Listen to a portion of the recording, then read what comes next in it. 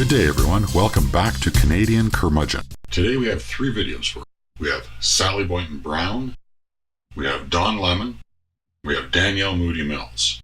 Each one of these videos has 2 things in common.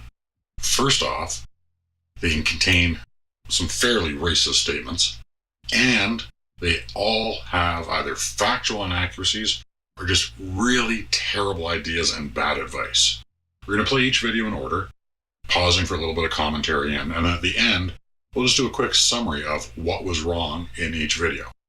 Enjoy. I'm a white woman. I don't get it. Oof, that's a little harsh, but okay, it's self-assessment, so we'll run with it. I am pleased and honored to be here today to have the conversation. I am so excited that we're here, and I am listening. So, well, listening's good, so you're going to take in opinions from a wide variety of sources and try to balance out the competing agendas. Sounds reasonable. My job is to listen and be a voice. And my job is to shut other white people down when they want to interrupt. Oh, that just took a turn for the racist. My job is to shut other white people down when they want to say, oh no, I'm not prejudiced. I'm a Democrat. I'm accepting. So you don't think there's any such thing as a white Democrat that isn't racist? That's racist. Get that they have privilege, and until we shut our mouths and we listen to those people who don't. Wow, the pander is strong with this one. Our people up so that we all have equity. Equity? Huh, great, another communist. Great one. So that we're all fighting alongside each other. So that we are all on the same page and we clearly get where we're going. Oh, look, a white savior. That's pretty racist. Not going to break through this.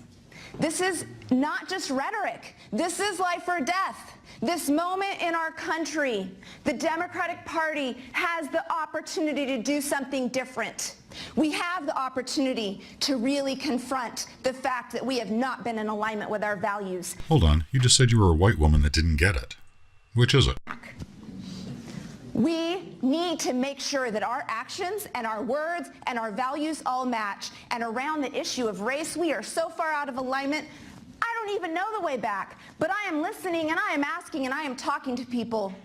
I am talking to people of color because you have the answers. So black people have the answers, white people don't have the answers. That's racist. You can tell me as a leader what I need to do. And that's exactly what I'm going to do. Leaders lead. What you just described is called following. Is continue to have those conversations and continue to talk to people and make sure that every single system in our party is designed to give power back to the people, all people, but especially those people who have been disenfranchised. Let me guess. Disenfranchised equals African Americans. You do realize that disenfranchisement in the U.S. is far more an economic reality than a skin tone, don't you? In our country, since our country started. So, please, please, please, please, this is a conversation I want to have, and I am from Idaho. She's so white, she sweats mayonnaise. We are so white. Well, thank you, Sally, for that informative speech. What did we actually learn from Sally, though? We learned that Sally is a white woman who doesn't understand, that white Democrats are all racist, and that white people need to sit down and shut up. Okay, I'm fairly sure that that's a winning strategy in America. Is there any way we could confirm that, or maybe look at what's actually happening, see if it's valid as a strategy? After all, the idea of being in politics is to be elected so that you can affect policy changes. In order to be elected, you have to get more votes than the other guy. I know, we could look at the demographics of the US and see if maybe this white people sit down and shut up strategy is a valid strategy or not. Let's do that. Oh, that might be a problem. Telling 77% of your population that you want to vote for you to sit down and shut up, I don't know, maybe that's just me, but it seems counterproductive. Anyways, let's move on from Sally. Let's take a look at Don Lemon's clip now and see what we can learn from that. By another extremist that was doing bad things in the name of hate. Yeah, and then now another one. and you have all of them in a row. And, we messaged about this a little bit this weekend. I keep trying to point out to people not to demonize any one group or any one ethnicity. Couldn't agree more, Don. We should never judge people based on arbitrary characteristics they have no control over. But we keep thinking that the biggest terror threat is something else. Some people who are marching, towards the border like it's imminent. And when the last time they did this, a couple hundred people came, and they, most of them did get into the country. Most of them got tuckered out before they even made it to the border. So we have to stop demonizing people and realize the biggest terror threat in this country is white men. Well, that's impressive. Self-contradiction within one sentence. You don't see that often. I think I'm going to let Dawn respond to Dawn. The biggest terror threat in this country is white men. And I keep trying to point out to people not to demonize any one group or any one ethnicity. Oh, that was interesting. A lot of people have listened to that clip and they hear a racist comment on what Don's saying. I don't really hear the racism. What I hear is a factual statement about reality. White men are the greatest cause of domestic terrorism. That's not racist if it's true. It's not even really racist if it's not true, then he's just wrong. How can we determine whether this is true or not? The GAO in 2017 published a report on domestic terrorism.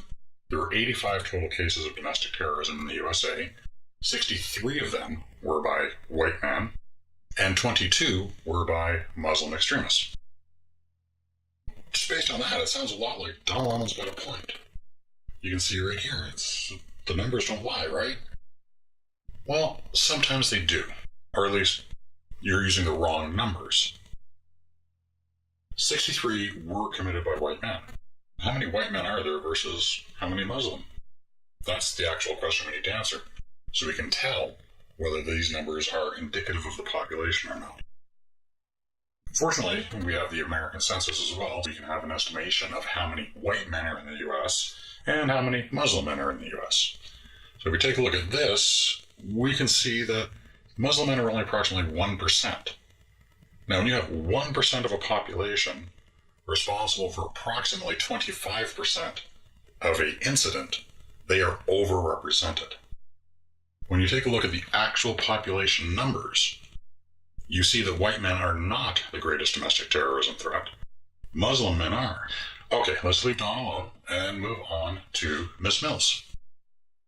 And they actually are reflective and look like the makeup of America that is now, and the America that white Americans or conservative Americans are afraid of that is coming down the pike. Here's the thing. What Democrats need to stop doing is stop pandering to the white working class as if they're the only ones that are part of the working class. This is the problem. When we get into identity politics, and we were told after the 2016 election, stop, talking about identity politics. That's what lost us the election. No. What lost us the election is constantly pandering to a class that isn't on your side, that isn't the future of this country, that isn't the future of the party. What Black Americans have shown time and time again is that they are the backbone of the Democratic Party and yet receive none of the investment from it. Right. So the idea is this: let us stop pretending that white women and white men are going to save us from ourselves. I have to say I agree with her entirely. The concept of a white savior is nothing more than the racism of low expectations made manifest. They're not going to. They're always going to vote with their whiteness. That's the reality. Wow, that went full racist in a hurry. That's okay. I'm sure Chris is going to clean it up. It's his show. He doesn't want racism associated with his name. I'm sure he'll take care of this. Right. That's the reality or not. that we're living in. That's true. Oh, that was interesting. In an odd sort of way. I'd like to deal with two things from Danielle. The first is this concept of Black people are the backbone of the Democratic Party. I think we need to bring in that demographics chart once again. If you take a look, blacks are still 13% of the population.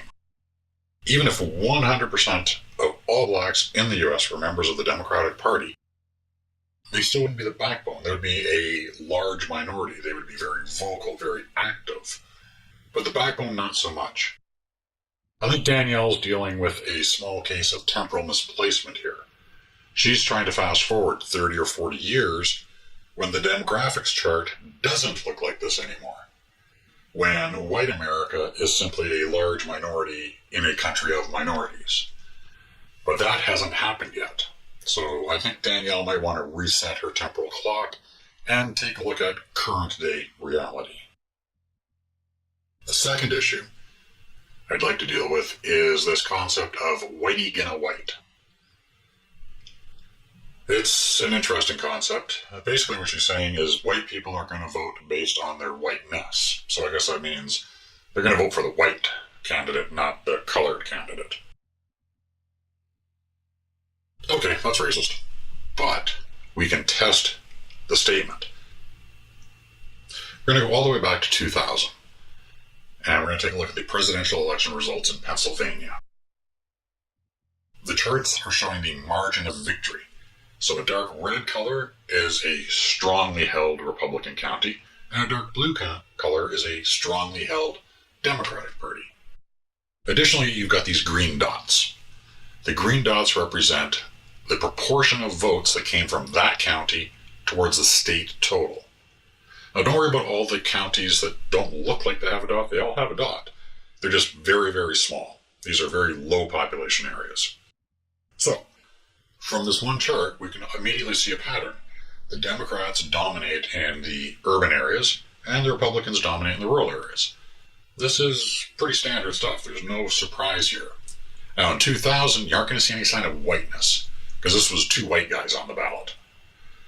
But we can see the pattern, and that's worth seeing. We know the pattern now. So in 2004, there's a little jumping around on the margins, but predominantly the pattern holds. Democrat in the urban, Republican in the rural. Now, 2008 is where we should start to see some signs of whiteness in the voting pattern if it exists. We had Barack Obama on the ticket, a black man. So let's take a look at 2000. Well, there's no sign of whiteness there. Honestly, Barack Obama crushed Pennsylvania in 2008. If you want to get a higher margin of victory in Pennsylvania, you have to go back to Nixon. That's how badly Barack Obama crushed it. I know. There were a lot of other things going on in 2008. The economy was in free fall, the war was starting to become a little more unpopular, and honestly, nobody wanted Republicans again. So it's no surprise that even though he's black, he won, right? So, okay, we can't take 2008 as the exemplar. But 2012, the economy is doing better. The Iraq War, it's still unpopular, but really sort of faded from the national consciousness. So this is the spot where we should see whiteness manifesting in the Pennsylvania electorate. So let's have a look at the 2012 result. Well, I don't know what to say. Barack Obama won again in 2012. Not as great. The victory wasn't as great as 2008, but still, he did really well. The vote totals and the distribution and the margin of victory are very comparable to 2000 when there were two white guys. So I'm not seeing any sign of whiteness in this voting. Now, if we fast forward to 2016, here the Republicans finally took back Pennsylvania. But if you pay attention, they didn't crush it. They were under a percentage point in the state. And most of that came by moving the margins in these rural areas and getting slightly more people out. They didn't really affect the Democratic strongholds. They were still there. What ended up happening is in the rural areas, Democrats just didn't come out. This has nothing to do with whiteness. It has to do with the fact that the Democrats fielded a terrible candidate that didn't like campaigning and didn't show up. Not quite sure what else to say. The data does not support this whiteness voting hypothesis. I think that pretty much does it for Danielle. Those were the clips for today. Let's take a quick second to review. We'll start with the least egregious first. Don Lemon. Don lied, knowingly or unknowingly, to his viewing audience. And his viewing audience deserves an apology for that lie. More importantly, Don Lemon, for his own good, should apologize. That's the only way he's going to regain that quanta of trust that he lost by lying. The next two, Danielle and Sally, they're really the same. Okay, they're different ages, different colors, but they are actually the same.